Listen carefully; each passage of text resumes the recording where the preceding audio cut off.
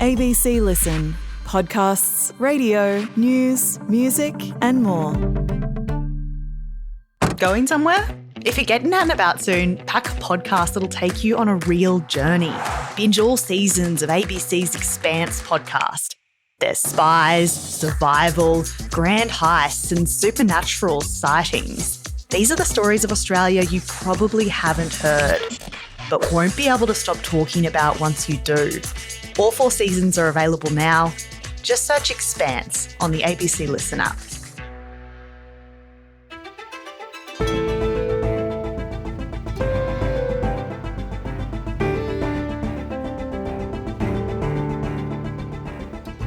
China has been the main target of Donald Trump and his big tariffs. But can the world's second largest economy weather the storm and even win the trade war against the United States?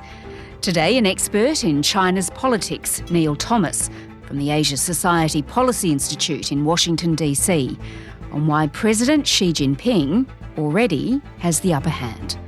I'm Sam Hawley on Gadigal Land in Sydney. This is ABC News Daily.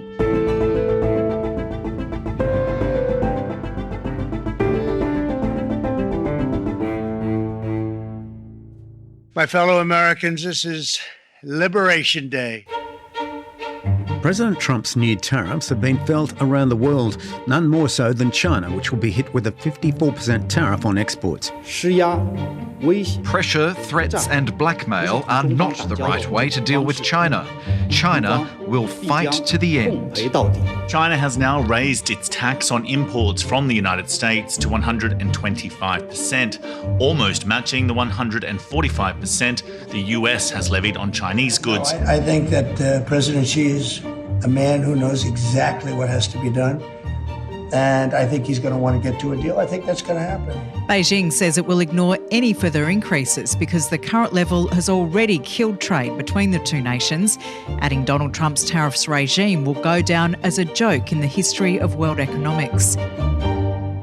Neil, Donald Trump, I think it's safe to say, is all over the place when it comes to tariffs. But it's pretty clear, isn't it, at this point, that China is really the nation he's taking aim at. That's right. Originally it was 34% tariff on China. That got jumped up to 84%, then got jumped up a couple of other times because he was unhappy that China retaliated to his initial tariffs. And now if we add up all the tariffs that Trump has introduced since his inauguration in January, there's an extra 145% of tariffs on Chinese goods coming into the United States. Yeah, it's a huge amount. And of course, we're speaking on Monday, Australian time. Just need to timestamp it because things can change rather rapidly when it comes to Donald Trump.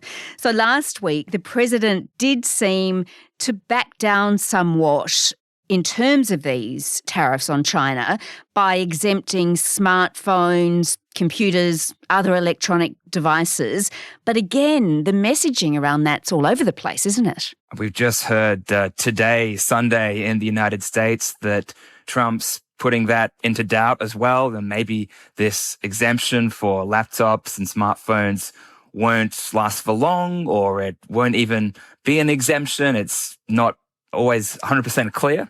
Even if it doesn't end up being an exemption for long, it does show how both Beijing and Washington have got to a point where the tariffs are so high, the non-tariff moves have also become so intense that even Trump and Xi Jinping in China are taking a bit of a breather and considering their next moves. Yeah, and I gather Americans weren't too happy to know that their smartphones were going to increase in price by a lot. Well, no, I think that would be, one of the motivators for this exemption, right? It's kind of a pocketbook issue where it's really going to hurt people who voted for Trump as well.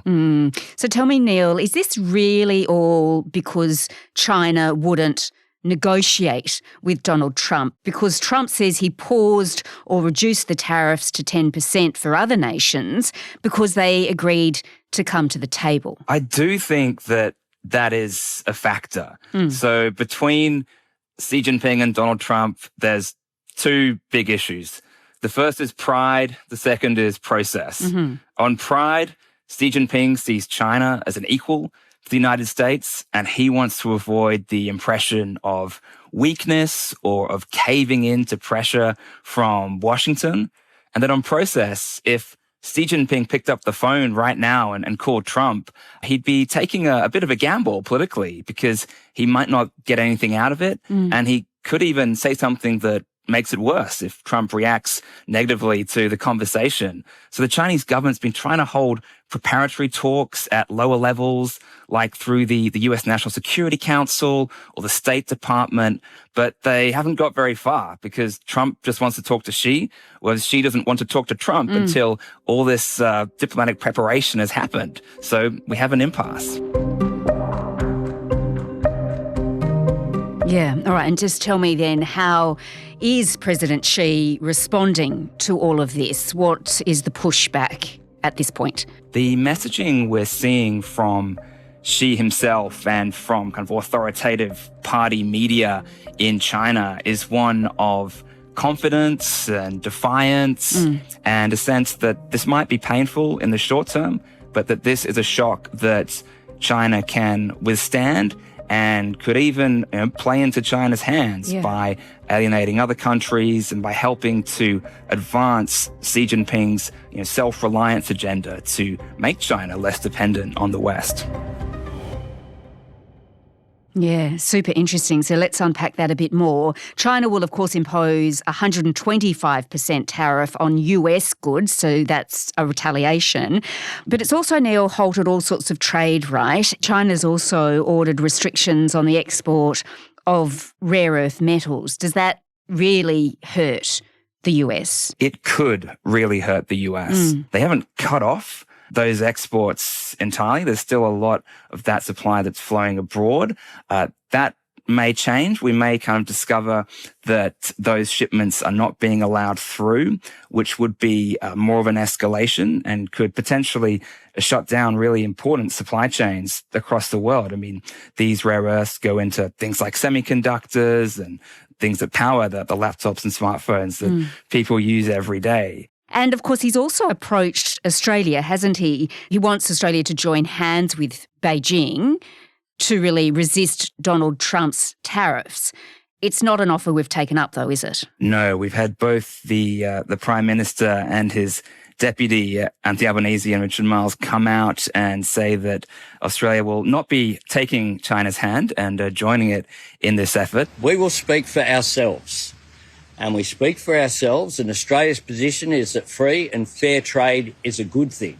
We cast our mind back a few years, and it was China that was initiating a trade war with Australia and putting effective export controls on about $25 billion worth of Australian exports, not letting them into China. So I think it's pretty easy to see where the Albanese government's coming from on this. Well, just remind me before we move on what's at stake. Just how big is the trading relationship between China and the United States? Yeah, so China's trade with the United States is becoming less significant, but it's still significant. Chinese exports to the United States were 14.7% of China's total exports last year, which equates to about 3% of GDP. So if you zero that number out, that's still a big hit to the Chinese economy. And there's still a lot of advanced technology that American companies are selling into China or that are building in China, such as Elon Musk's Tesla gigafactories in Shanghai. So the economic relationship has cooled a little bit from its peak a few years ago, but it's still one of the most enormous economic relationships in the world. Let's then, Neil, delve a bit deeper into that, what it means for China. It has been a troubling time economically for China recently. It's been struggling with a property market collapse. There's high levels of youth unemployment and really shrinking consumer confidence. Won't these tariffs that have been slapped on by Donald Trump make things worse? Absolutely. They're going to make life more difficult for China's economic policymakers and for Chinese people. While China's economy is not in a great situation. The Chinese government still has a lot of space domestically, actually, to do more to stimulate economic activity at home. And the messaging that we're seeing coming out of Communist Party newspapers like the People's Daily, which is the top one, it has been talking in quite some detail about the tools that Beijing is considering for trying to keep the economy going through the trade war and to withstand that shock. And it's mentioned a whole host of things like supporting affected industries directly. So, exporters who have made a lot of money from the United States and who now face potential ruin, providing them with subsidies, loans, helping them to sell into the domestic market, helping companies in China to develop their export businesses in non-US markets, and also more kind of traditional economic tools. The central government in China doesn't have an enormous amount of debt, so it can borrow a whole lot more money to stimulate the economy, can reduce interest rates. And there's even talk of some long-standing taboos in Chinese economic policymaking, like direct consumer stimulus, which would really change the game for consumption and confidence in China's economy. We're not there yet, but if things do start getting really bad for China's economy in the short term, the more likely it is that policymakers there are going to lean into these more pro-growth policies. Super interesting. So if China plays this right, could it actually turn this into an advantage for its economy in some way? That would be the best case scenario. Right. Depends a lot on just how far we go with the current set of tariffs. Like, is this going to be the new normal for the next 12 months? Or is there going to be some diplomatic deal making in the meantime? I think the bet on the Chinese side is that we don't have to deal with elections. We have been in tough economic times recently with COVID. We got through it. We have all these policy tools up our sleeve. But, in the United States, people are unhappy. There are midterm elections coming up next year.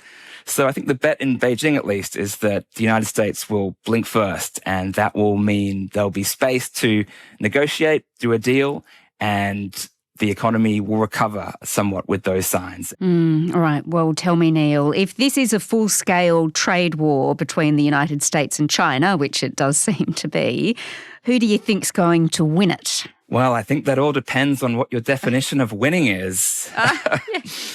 Ordinary consumers are not going to be winners because tariffs increase prices and they'll increase prices around the world. For Beijing, this goal that Xi Jinping has of achieving greater self-reliance in China's manufacturing ecosystem, that's certainly something that will be advanced by this tariff war. This is something that he and the Chinese leadership have been preparing for quite some time. And doesn't mean it won't be painful, but they can power through with less political consequences than counterparts in the West. And what about a call between Donald Trump and President Xi? Do you think they could resolve this over the phone in some way? I think that it's possible, but right now there's a lot of diplomatic work until we get to that point, because I don't think Xi will be comfortable getting on the phone, let alone getting in the room with Donald Trump, unless he knows he's going to get something out of it. Neil Thomas is a Fellow of Chinese Politics at the Asia Society Policy Institute in Washington, D.C. This episode was produced by Adair Shepherd, Sydney Peed and Sam Dunn. Audio production also by Adair. Our supervising producer is David Cody. I'm Sam Hawley. Thanks for listening.